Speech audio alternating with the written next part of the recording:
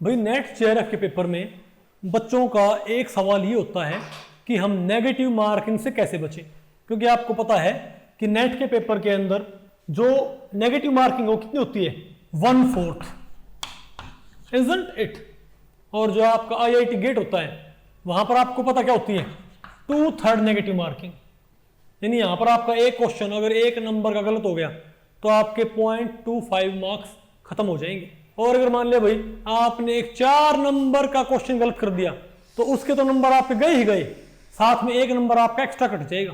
Okay, तो मैंने कई बार देखा भाई ओवर अटेम्प्टेशन के चक्कर में बच्चे नेगेटिव मार्किंग बहुत ज्यादा कर देते हैं और उनसे उनका एग्जाम जहां पास होना था ना, जहां उनका जेआरएफ हो जाता वहां उनका नेट भी नहीं हो पाता। तो मैं आपको ये बताऊंगा कि नेगेटिव मार्किंग से आप कैसे बचें। तो पहला रूल तो ये है कि आपने वहां पर भाई प्रेशर में नहीं आना है, क्योंकि आपके दिमाग में होता है एक बच्चे आपको बोलते हैं आपके जो क्लासमेट्स हैं कि हम तो इतना पेपर करके आए थे पिछली बारी, हम तो इतना पेपर करके आए थे। लोगों के दिमाग में फितूर ये होता है कि जब तक हम सारा पेपर नहीं करेंगे, अगर पेपर 200 नंबर का है मैक्सिमम, तो अगर हमने 150 के अराउंड अटेम्प्ट नहीं किया ना तो डेफिनेटली हमारा एग्जाम पास नहीं होएगा।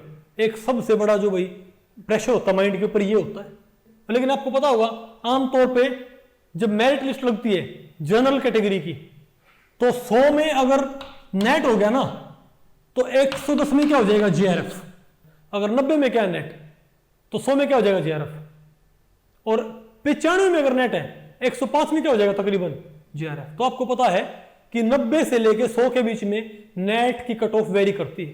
तो आप कह सकते हो कि 90 अगर आप 100 से ऊपर हो तो आपका नेट ऑलमोस्ट श्योर है, और अगर आप 110 से ऊपर तो आपका जीआरएफ ऑलमोस्ट श्योर है।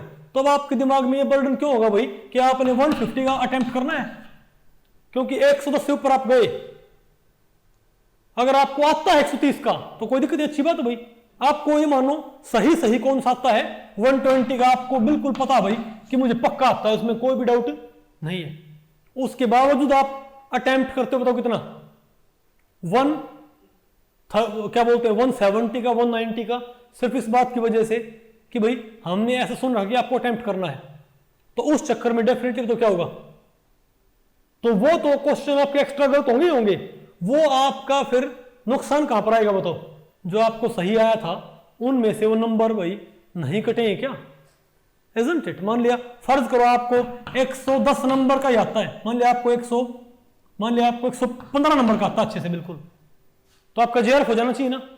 लेकिन आपने ओवर अटेम्प्टेशन में आके आपने अटेम्प्ट कर दिया 190 का, और फर्ज करो जो ऊपर आपने अटेम्प्ट किया है वो ऑलमोस्ट आपने अकड़ बकड़ बम्बे वो 80-90 पूरे 100 इस टाइप से आपने आइडिया लगा के अटेम्प्ट किया है, मतलब ज्यादा कोई अपने एफर्ट लगाए तो चांसेस क्या होंगे, वो तो क्वेश्चन आपका गलत है ही है, वो मार्क्स कहां से कटेंगे आपके 115 में से, समझे बात। तो उससे क्या होगा कि आप जेआरएफ कट ऑफ से नीचे आ जाओगे, और आपने बहुत ज्यादा ओवर अटेम्प्ट कर दिया और सारा गलत कर दिया, तब तो आप नेट से भी नीचे आ गए। तो जहां आपका जेआरएफ होना था वहां आपका नेट नहीं हो पाएगा। तो पहली बात दिमाग में रखो कि कभी भी ओवर अटेम्प्ट ना करो, क्योंकि आप बाहर से सुन के जाते हो कि जिसका भी एग्जाम पास हो रखा है वो कहता ही है कि मैंने इतना अटेम्प्ट किया था, उसने अटेम्प्ट किया था 180 का, उसके आए मिलेंगे आपको नंबर कितने भाई 103। इसका मतलब उसने ज्यादातर क्या किया है गलत। वो तो भाई अच्छी बात थी कि उसका नेगेटिव मार्किंग होने के बाद तो बच गया, जरूर थोड़ी ना आप भी बचोगे, इजंट इट।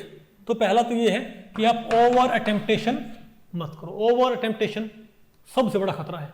दूसरा ये है आप कहोगे कि नहीं अगर भाई हम ओवर अटेम्प्ट करें भी तो किस बिना पे करें, आप क्वेश्चंस को जज करो। जब आप पेपर करते हो ना तो ये ध्यान रखो कि जो क्वेश्चन आपको बिल्कुल फटाफट आते हैं उनको पहले सॉल्व करो। मान लिया भाई पेपर के आप गो थ्रू हो रहे हो तो आपको क्वेश्चन आता है उसको सॉल्व कर दिया, अगला आता है सॉल्व कर दिया, अगला क्वेश्चन आपको लगता है कि आपको आता है लेकिन उसमें टाइम लगेगा तो उसको आप नोट कर लो, उसको आप मार्क कर लो कि भाई उसको मैं बाद में उसको रिविजिट करूंगा। उसको तभी फटाफट करने ट्राई मत करो, क्योंकि कई बार क्या होता है कि हमको एक क्वेश्चन हमको लगता है कि हमको आता है और इसको हम सॉल्व कर देंगे, लेकिन उस वक्त हमको ये पता है इसमें टाइम लगेगा, लेकिन हम वही टाइम लगाने लग जाए उसमें टाइम बढ़ेगा तो आपके दिमाग में प्रेशर आएगा, आप कहोगे भाई ये तो टाइम खा रहा है तो फटाक से इसको अटेम्प्ट कर देता हूं जस्ट, तो फटाक से अटेम्प्ट करने के चक्कर में आप उसको गलत कर दोगे। आप पहले पेपर में वो क्वेश्चन करो जो आपको अच्छे से आते हैं और टाइम कंज्यूमिंग ना है, और उसके बाद उन क्वेश्चंस पे आओ जिनको आपने मार्क कर रखा है कि आपको लगता है कि आपने कर सकते हो। थोड़ा एफर्ट लगेगा क्योंकि आपने पेपर ऑलमोस्ट आपने पूरा कर लिया है, अब आप सेफ जोन में हो, अब आपके दिमाग में बर्डन नहीं है कि आपका सारा पेपर रहता है, इजंट इट? तब उन क्वेश्चंस को आप ज्यादा स्टेबल माइंड से कर पाओगे और आपका क्वेश्चन गलत होने के चांसेस कम हो जाएंगे। दूसरा पॉइंट मेरा ये है। तीसरा पॉइंट ये है नेगेटिव मार्किंग से बचने का कि आप कभी भी रैंडमली क्वेश्चन मत करो भाई, अकड़ बकड़ बम्बे वो 80-90 पूरे 100 ये करके आप क्वेश्चन पे टिक मार्क मत करो। आपको लगता है भाई कि मैंने एक आंसर की देखी थी उसमें डी बहुत सारे थे तो डी ही लगा देता हूं, ठीक है मिल जाएगा। अरे भाई वो चांस की बात थी, हो सकता है इस बार आंसर की में डी थोड़े हो।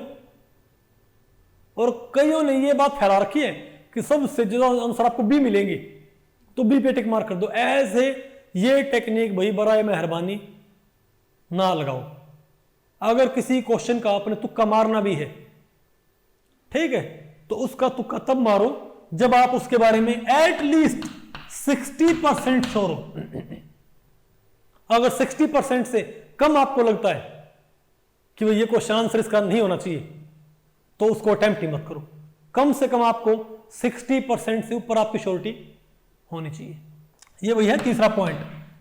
चौथा पॉइंट ये है कि आप जब पेपर अटेम्प्ट करते हो तो उसमें आप ये ध्यान जरूर रखो भाई, जितना आपने सही पेपर अटेम्प्ट किया है कभी भी उसके 20% से ऊपर ट्रायल अटेम्प्टेशन मत करो, हिट एंड ट्रायल। क्या समझे बात?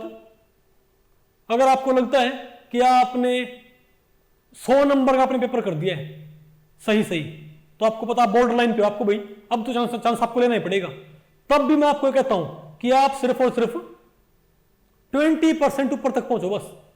100 का 20% क्या होता है?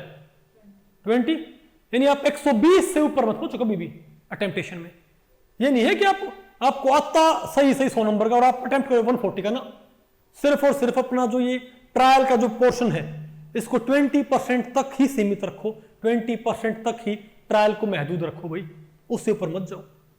अगर आपको आता है क्या बोलते हैं भाई 150 का, अगर आपको भाई अगर आपको 150 का आता है तब तो आपको जरूरत है ही नहीं, लेकिन फर्ज करो कि आपको 150 का आ गया भाई, ठीक है, आपको जरूरत है ही, लेकिन तब भी आप अटेम्प्ट करना चाहो तो आप कितना अटेम्प्ट कर सकते हो? सिर्फ 30 नंबर का आप फिर से चांस ले सकते हो, वो भी 60% एक्यूरेसी के साथ, 60% चांसेस के साथ। भाई आपको जब हमारा जेआरएफ होना है 150 में तो भाई जरूरत क्या है भाई, किसी के दिमाग में ये होता है ना कि मुझे इंडिया टॉप करना है, इंडिया टॉप 10 करना है, ठीक है, अच्छी रैंक के लिए, ठीक है, तब आप ये चांस ले सकते हो। और आप चांस नहीं मिलोगे तब भी कोई बड़ी बात नहीं है, क्योंकि अगर मान लो सारे क्वेश्चन आप गलत भी होगे तब भी आप जेआरएफ के टॉप से क्या रहोगे? ऊपर ही रहोगे। ओके, तो फोर्थ पॉइंट क्या है? जितना आपको सही सही आता है कभी भी उसके 20% से ऊपर अटेम्प्टेशन मत करो, चांस वाली तुक्के वाली टेम्पटेशन। ओके, और आखिरी पॉइंट मेरा ये होता है भाई, पांचवा पॉइंट जो मैं कहता हूं नेगेटिव मार्किंग से बचने के लिए बहुत इंपॉर्टेंट है, फिजिकल के क्वेश्चंस पे ज्यादा फोकस रखो। फिजिकल है, स्पेक्ट्रोस्कोपी है, क्योंकि जो आपका ऑर्गेनिक का पोर्शन है, जो रिएक्शन वाला पोर्शन होता है, क्योंकि वहां पर रिएक्शन कंडीशन बहुत हल्की वेरी करने पर भी आपका जो क्या होगा प्रोडक्ट वो डिफरेंट हो सकता है भाई। तो वहां पर आपको हल्का सा भी क्या हो डाउट, तो क्वेश्चन को अटेम्प्ट मत करो। क्योंकि फिजिकल में आपको पता होगा ना, एक बात बोलते थे कि भाई मैथ्स में 100% मार्क्स आ सकते हैं, बाकी सब्जेक्ट्स में पॉसिबल नहीं होता। क्यों? क्योंकि मैथ्स में सारा का सारा क्या होता है, मैथ क्या होता है कंप्लीटली अंडरस्टैंडिंग बेस्ड, वहां पर क्रैमिंग पोर्शन नहीं होता। तो फिजिकल केमिस्ट्री में क्या होता है, न्यूमेरिकल पोर्शन, वहां पर या तो क्वेश्चन आपको आता है या क्वेश्चन आपको नहीं आता। वहां पर चांस ये नहीं होते कि ये भी हो सकता है और ये भी हो सकता है। फिजिकल में चांसेस क्या होते हैं, या तो क्वेश्चन आपको या तो आपको आता है या आपको नहीं आता, तो आपको दिक्कत नहीं आती भाई। तो वहां तो फिजिकल में क्योंकि नेगेटिव फिजिकल केमिस्ट्री में क्वेश्चन गलत होने के चांसेस बहुत कम होते हैं। आपको नहीं आएगा आप अटेम्प्ट नहीं करोगे, आपको आता हो तो सोलो ना, ये पक्की बात। तो फिजिकल और स्पेक्ट्रोस्कोपी इनके अटेम्प्टेशन पे ज्यादा थोड़ा सा भाई फोकस रखो, ठीक है। और इनऑर्गेनिक और ऑर्गेनिक में उस पोर्शन पे फोकस रखो जो क्रैमिंग बेस्ड नहीं है। तो आपकी ज्यादा टेम्पटेशन कहां से आनी चाहिए बताओ? फिजिकल केमिस्ट्री से, स्पेक्ट्रोस्कोपी से। ऑर्गेनिक और इनऑर्गेनिक में जो न्यूमेरिकल पार्ट होता है उस पे ज्यादा फोकस रखो, और जो रिएक्शन पार्ट होता है याद उसको भी करो। अगर रिएक्शन डायरेक्ट आ रखी है और आप कंफर्म हो, श्योर हो, अटेम्प्ट करो। लेकिन आपको पता है वहां पर उतनी एक्यूरेसी कभी नहीं आएगी भाई, उतनी अच्छी टेम्पटेशन। क्योंकि मैंने बात देखी है, जितनी भी नेगेटिव मार्किंग होती है किसी बच्चे की भाई, वो ज्यादातर क्वेश्चन वो गंवा के आता है ऑर्गेनिक में, और सबसे ज्यादा क्वेश्चन गंवाता वो ऑर्गेनिक के अंदर, उससे कम गंवाता वो इनऑर्गेनिक के अंदर, उससे कम नेगेटिव मार्किंग बनती है उसकी स्पेक्ट्रो में, और सबसे कम नेगेटिव मार्किंग कोई कहां हासिल कर सकता है? फिजिकल में। इवन जो बच्चे भाई ऑर्गेनिक को बिल्कुल टिप्स पे रखते हैं ना, उनका भी सबसे ज्यादा नेगेटिव मार्किंग ऑर्गेनिक में ही होता है। कि भाई सबसे ज्यादा केयरफुल कहां होना होता है? अटेम्पटेशन में। ऑर्गेनिक केमिस्ट्री में अटेम्पटेशन में सबसे ज्यादा केयरफुल। उससे कम केयरफुल आप कहां हो सकते हो? इनऑर्गेनिक में। उससे कम केयरफुल, और भाई ओवर अटेम्पटेशन में सबसे कम केयरफुल आप कहां हो सकते हो? फिजिकल में। या तो क्वेश्चन आपको आता है या आपको नहीं आता, आपको घबराने की बात ही नहीं। ओके, ठीक है भाई।